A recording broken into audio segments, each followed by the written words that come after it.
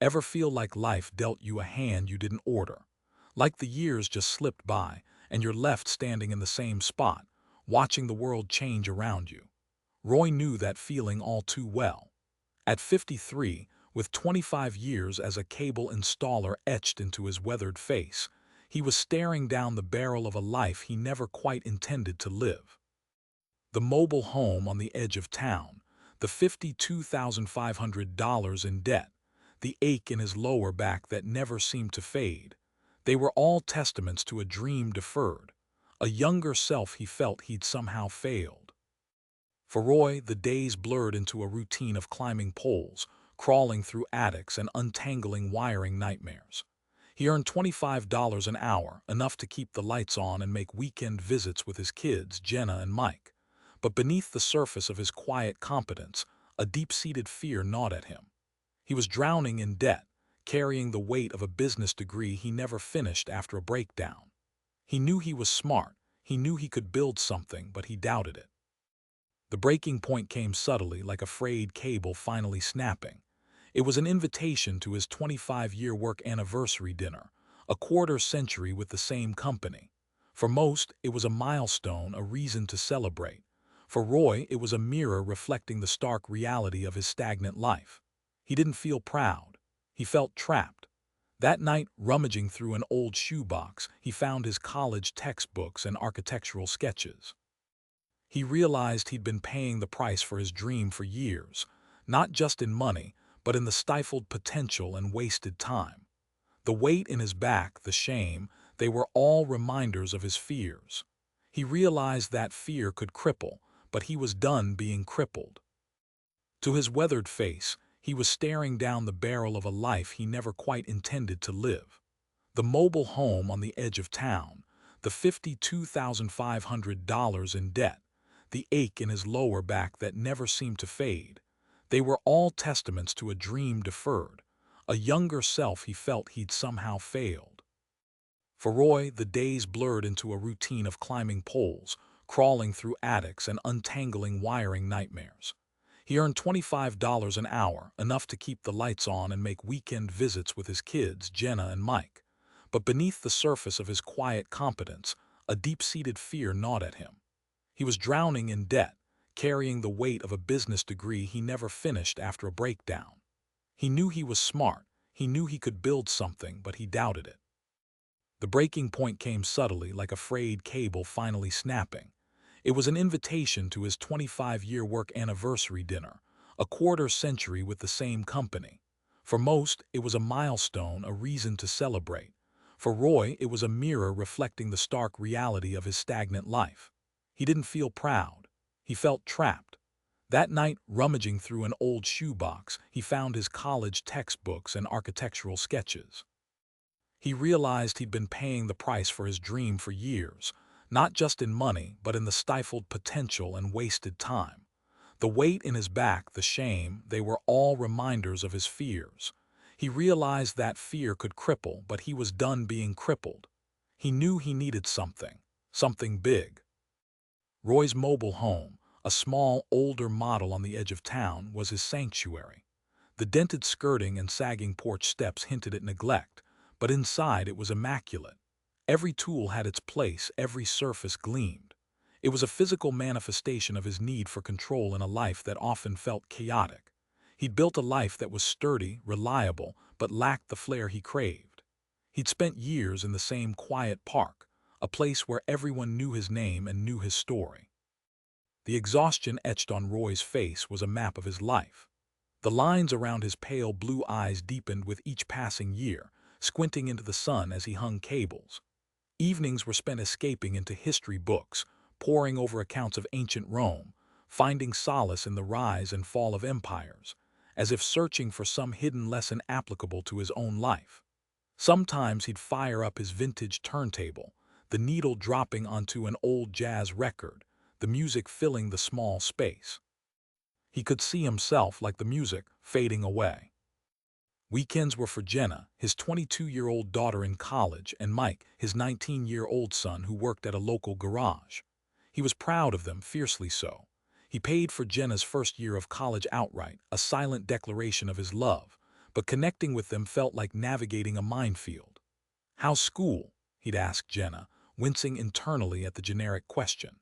Mike would grunt about a busted engine and Roy would offer advice, but the conversation never went deeper. He wanted to tell them about the sketches, the business, but fear held him back. "Dad, you look tired," Jenna said one Saturday, studying his face over lukewarm coffee at a diner. "You work too hard," he shrugged. "It's just work." He wanted to say more. He wanted to explain the weight he carried, the years he felt like he'd wasted, but the words caught in his throat. He simply squeezed her hand, the calloused grip a clumsy expression of the love he couldn't articulate. Roy saw in Jenna a chance to break his cycle. He wanted her to have the freedom he lacked. Roy's mind drifted back to his earlier life, the one where his life hadn't yet plateaued into an endless job as a cable installer. At 31, fueled by ambition, he'd enrolled in night school, juggling textbooks and coaxial cables. He pictured the moment when he realized that his mental health was crumbling. The pressure of the business degree and his full-time job was too much. He remembered the shame of having to drop out, his wife's quiet disappointment, the slow unraveling of his life. The fear of facing that again was potent, paralyzing. But maybe, just maybe, this time was different. Back in his mobile home that night, Roy stared at the shoebox. The textbooks were worn, their pages dog-eared and highlighted. The architectural sketches, meticulously drawn on graph paper, depicted custom sheds and workshops, his secret dream.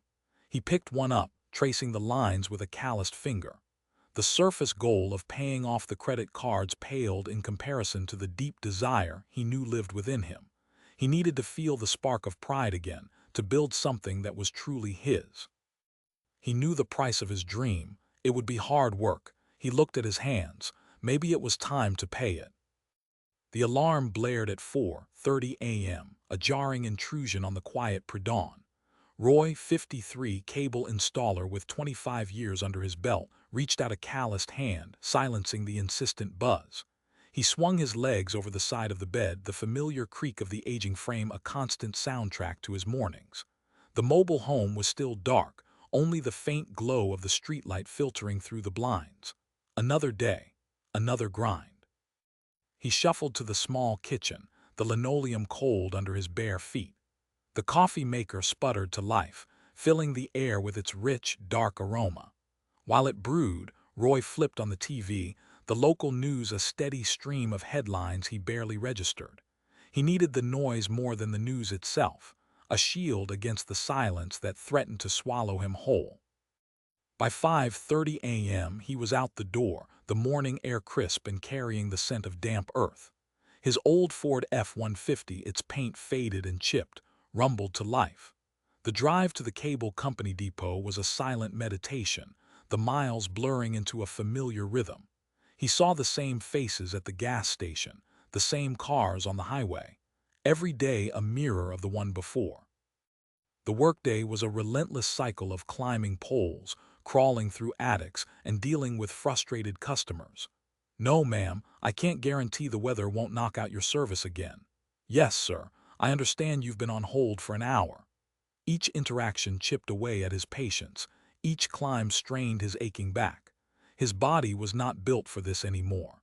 He felt every one of his 53 years with each hoist of the heavy ladder.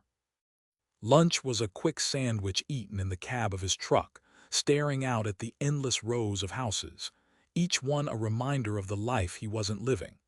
He'd think about Jenna at college, working hard and the debt he was creating. Then he'd think about Mike, content in his garage, and it was hard to know if he was helping them or holding them back. Back on the job, a snapped coaxial cable whipped back, narrowly missing his face. The sting on his cheek was a sharp reminder of the scar above his eyebrow, a souvenir from a similar incident years ago. 25 years of this. He wondered how many more his body could take. At 4 p.m. he clocked out, the relief palpable. But the tiredness was bone deep, a weariness that sleep alone couldn't cure. The drive home was a blur. He ate a simple dinner, a frozen meal nuked in the microwave. At 6 p.m. he settled into his armchair, a history book open on his lap. He tried to focus on the rise and fall of the Roman Empire, but his mind kept drifting back to the shoebox, to the sketches, to the dream he'd buried so long ago. The debt, $52,500, felt like an anchor, but tonight something shifted. The number remained the same, but his perception of it had changed. He thought of his father, a carpenter who built his own house with his bare hands. The pride on his face then, he never asked for help. Roy knew he had that in him, and he had 10 years to make that change. This wasn't just about paying off credit cards, it was about proving something to himself. The quiet stubbornness that had always defined him began to stir. He closed the history book, a new resolve hardening his gaze. The night was just beginning.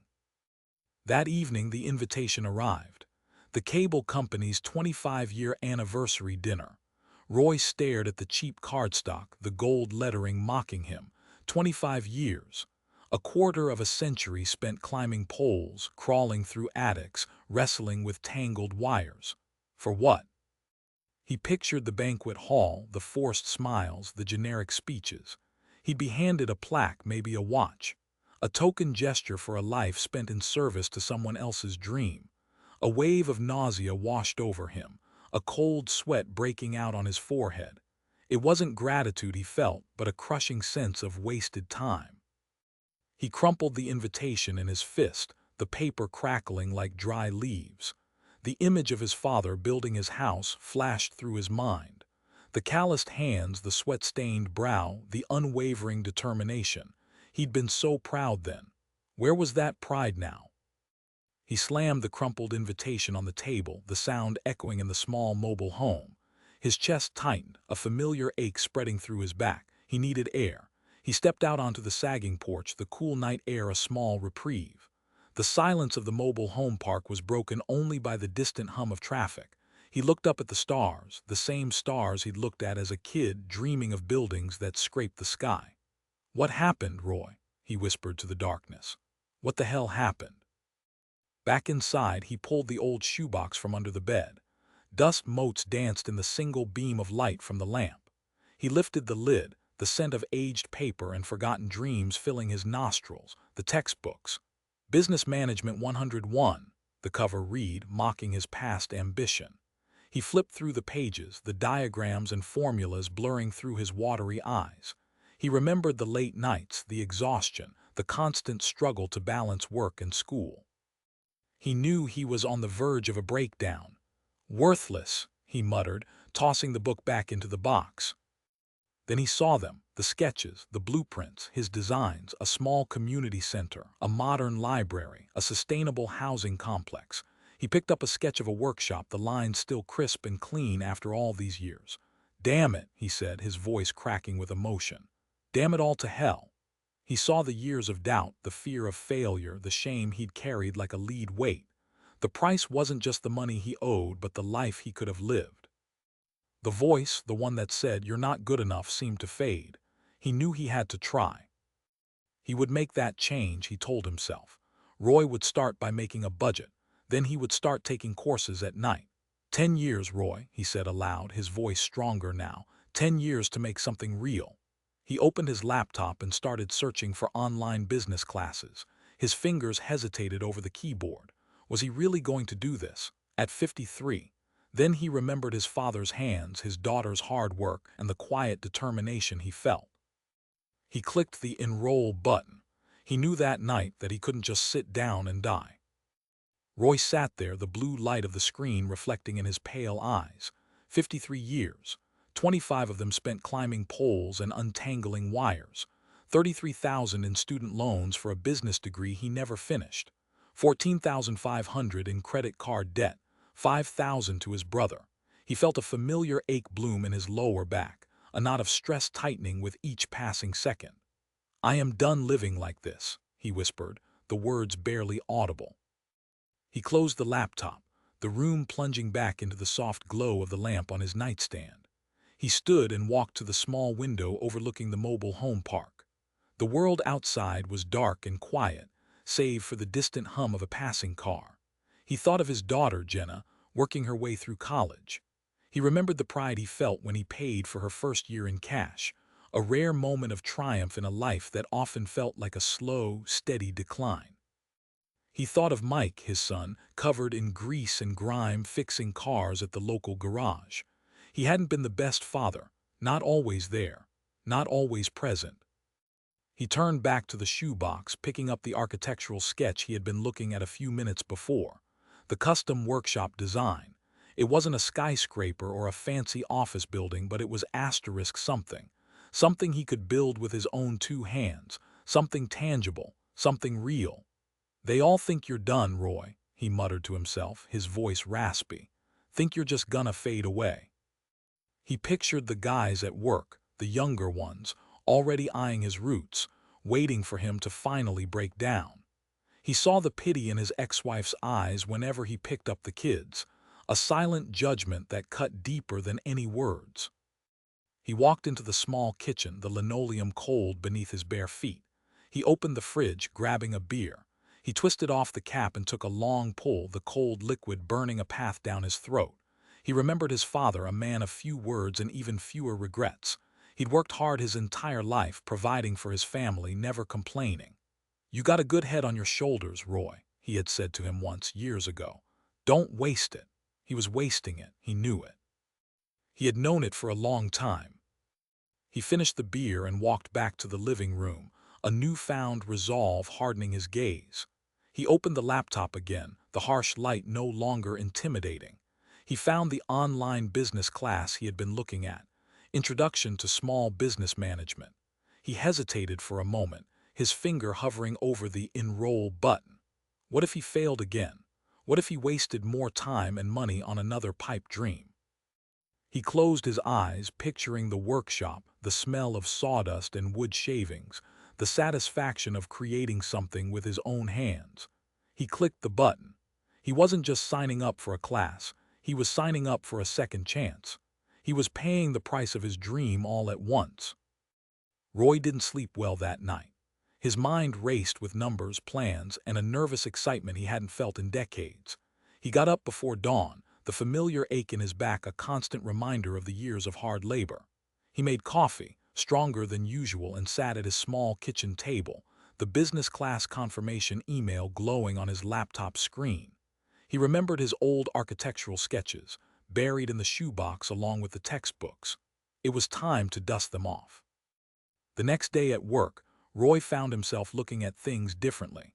He wasn't just untangling wires and climbing poles. He was problem-solving, assessing structures, and thinking about efficiency. He even caught himself sketching a design for a tool shed on a scrap of paper during his lunch break. A customer complained about a faulty connection, the usual frustration bubbling to the surface. Roy took a deep breath, reminding himself of his goal. He listened patiently, asked questions, and quickly identified the issue. The customer, surprised by his calm demeanor and efficient fix, thanked him profusely. Roy simply nodded, a small, almost imperceptible smile playing on his lips. That evening, Roy told his daughter, Jenna, about the class. She was home from college for the weekend. "Business management, Dad, really?" she asked, a mix of surprise and skepticism in her voice. "You haven't been in a classroom in forever." Roy shrugged, avoiding her gaze. "Just trying something different," he mumbled, fiddling with his coffee mug. Jenna studied him for a moment, then her expression softened. "Well, good for you, Dad," she said, a genuine smile spreading across her face. "I always knew you were smarter than you let on." Her words were a balm to his soul, a small validation that eased the years of self-doubt. The online class was harder than he expected. The terminology was unfamiliar, the concepts abstract. He spent hours hunched over his laptop, squinting at the screen, his brow furrowed in concentration. He felt like a fish out of water, surrounded by younger, more tech-savvy students. He almost quit several times, the shame of potential failure gnawing at him. But then he would think of his father's words, Jenna's encouragement, and the image of his own workshop, filled with the tools and materials he needed to create. He pushed on, fueled by a newfound determination. He started budgeting, meticulously tracking every expense. He cut back on beer, ate more meals at home, and even started packing his lunch for work. He called his brother, explained his situation, and promised to pay him back as soon as he could. His brother, ever the pragmatist, simply said, "Just make sure you take care of yourself, Roy. That's all that matters." He started small, tackling the credit card with the highest interest rate. Each payment felt like a victory, a tangible step toward his goal. One evening, while visiting his son Mike at the garage, Roy noticed a pile of scrap wood in the corner. "What's all this?" he asked. Mike shrugged. "Just junk. We usually burn it or throw it away." Roy's eyes lit up. "Mind if I take some of it?" he asked. Mike looked at him, puzzled. "What for, Dad?" Roy smiled, a genuine, hopeful smile that reached his eyes. "I got some ideas," he said. "Some things I want to build." The price of his dream wasn't just money. It was the willingness to start, to learn, to believe in himself again. Roy stared at the business class assignment glowing on the laptop screen. 5 years ago, he would have quit. But not now. Not after 25 years of climbing poles in the rain and baking under the sun, his body screaming at him every morning. The image of the dented skirting on his mobile home flashed in his mind, a symbol of stagnation he refused to accept any longer. The price of comfort was too high. He closed the laptop and walked to the back porch. The sagging steps groaned under his weight. He looked out at the neat rows of mobile homes, each one a testament to quiet desperation. This wasn't it. This couldn't be the full stop at the end of his story. He'd be damned if he let fear win again. Reaching into his pocket, Roy pulled out a worn, leather-bound notebook, one of the many filled with his hidden poetry. He flipped it open to a blank page and wrote, "Day 0. Let's try this again." It wasn't a promise to the world, just a quiet agreement with himself, the kind he should have made 20 years ago. Later that night, Jenna called. "Hey, Dad, how's the class going?" Roy hesitated. He'd always downplayed his ambitions, afraid of disappointing them again, but something shifted. "It's challenging," he admitted, his raspy voice betraying a hint of nervousness. "But I'm sticking with it, got a lot riding on this." He could practically hear Jenna smiling through the phone. "That's great, Dad, I'm proud of you." Those words, simple and sincere, were a jolt to his weary soul. He called Mike back too. "Hey, about that scrap wood.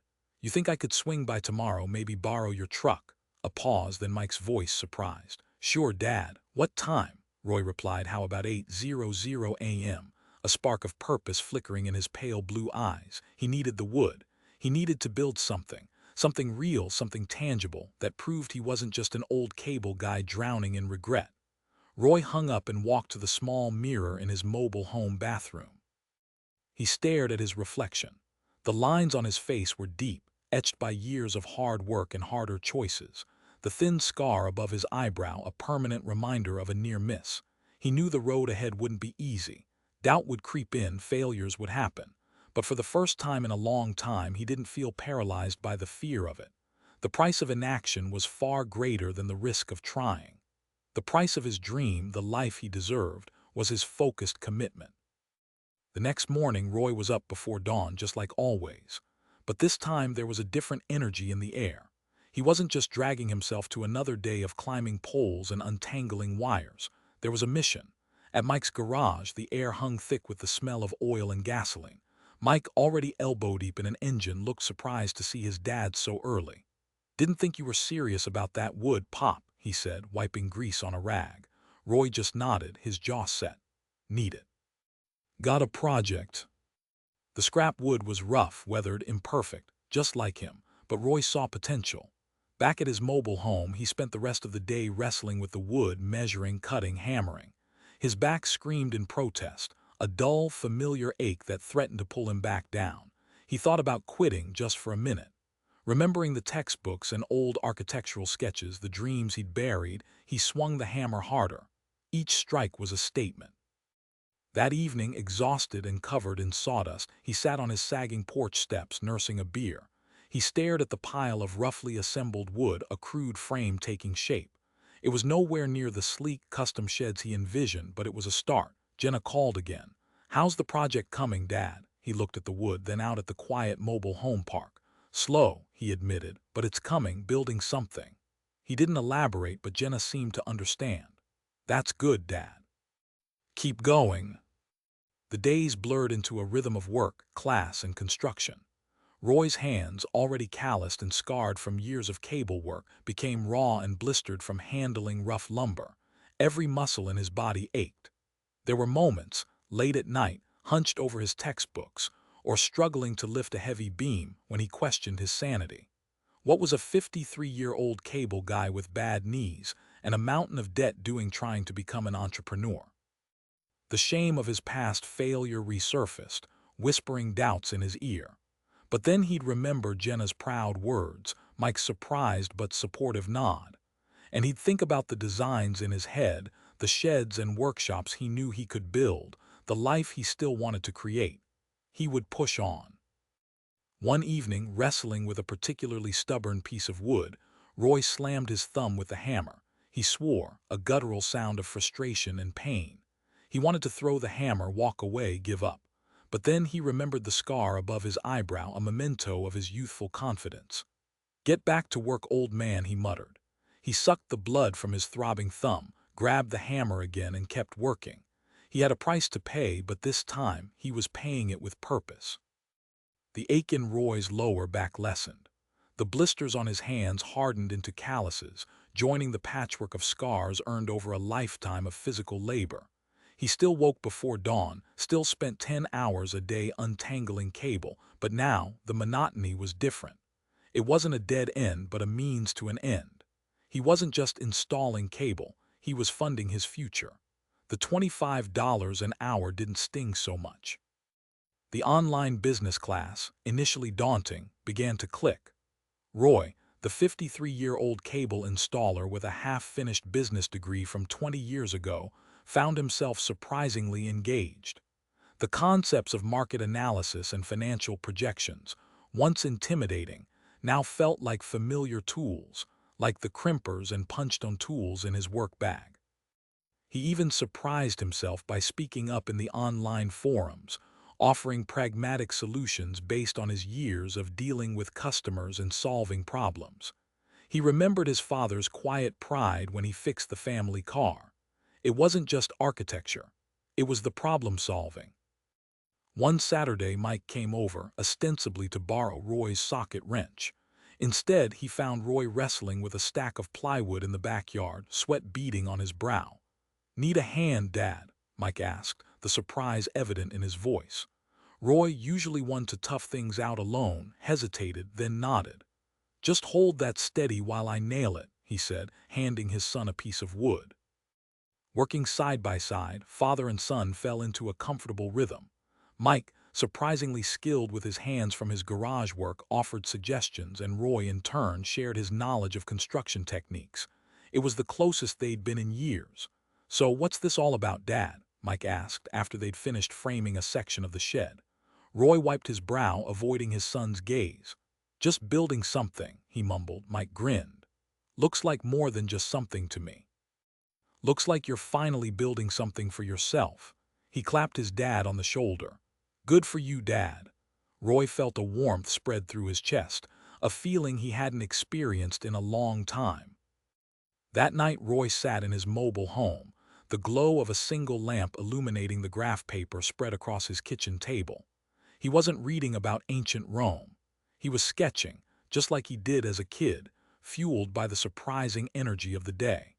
His fingers, stained with sawdust and ink, moved with a newfound confidence. He thought of his maxed-out credit cards and the $5,000 he owed his brother.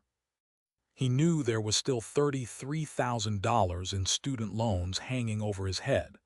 But for the first time in decades, the numbers didn't feel like a weight, but a challenge, a price he was willing to pay. Roy surveyed his handiwork, the skeletal frame of the shed taking shape in his backyard. 30 days. 30 days since the work anniversary invite, since the shoebox, since the decision. He'd spent every spare moment out here, after his cable installation routes after dinner. His back still ached, but it was a different ache now, an ache of accomplishment, not despair. Even the leathery skin on his hands seemed to bear the dirt with a quiet pride. The change wasn't just in the shed. At work, his supervisor, Dave, a kid young enough to be his son, had stopped him. "Roy, you seem different," Dave had said, squinting. more focused. What's going on? Roy, never one for elaborate explanations, just shrugged. Trying something new, Dave, that's all. Dave, clearly sensing there was more to the story, just nodded, a flicker of respect in his eyes. His daughter Jenna, home from college for the weekend, had noticed too. She'd found him poring over his laptop one evening. "What are you doing, Dad?" she'd asked. "Taking a class," he replied without looking up. "Business management," she read aloud from the screen. "Seriously, after all these years?" Roy finally met her gaze, a touch of defiance in his pale blue eyes. "Yes, seriously, thought I'd give it another shot." Jenna smiled, a genuine smile that reached her eyes. "That's amazing, Dad, I'm proud of you." The words, simple as they were, hit him harder than any promotion ever could. The budgeting app still felt clunky, but he was making progress. He saw a pathway to paying off the credit cards, a slow, hard-fought climb, but a climb nonetheless. He was even considering calling his brother about the $5,000 he owed to make a start. Roy knew the $33,000 in student loans would be a longer game, but his daily 4:30 a.m. wake-up now felt like an opportunity, not a burden. He'd started packing his lunches again, the same simple ham sandwiches he'd eaten for years. Not to save money, but to feel the grit in his teeth. One evening, after a particularly grueling day untangling a mess of wires in a sweltering attic, Roy found a small, worn notebook in his truck. It was one of the ones he used to fill with poetry, scraps of observations from his day. He hadn't looked at it in years. Flipping through the pages, he found lines about the way sunlight glinted off a telephone wire, the loneliness in a dog's bark, the quiet strength in an old woman's hands. He read the words, his own words, and realized he hadn't lost his voice, just misplaced it. Roy grabbed a pen from his glove compartment and flipped to a blank page. His knuckles stiffened as he began to write, the dim cab light casting long shadows. He scrawled a few lines. He'd be damned if he let another day go by without building something, a shed, a business, or a life.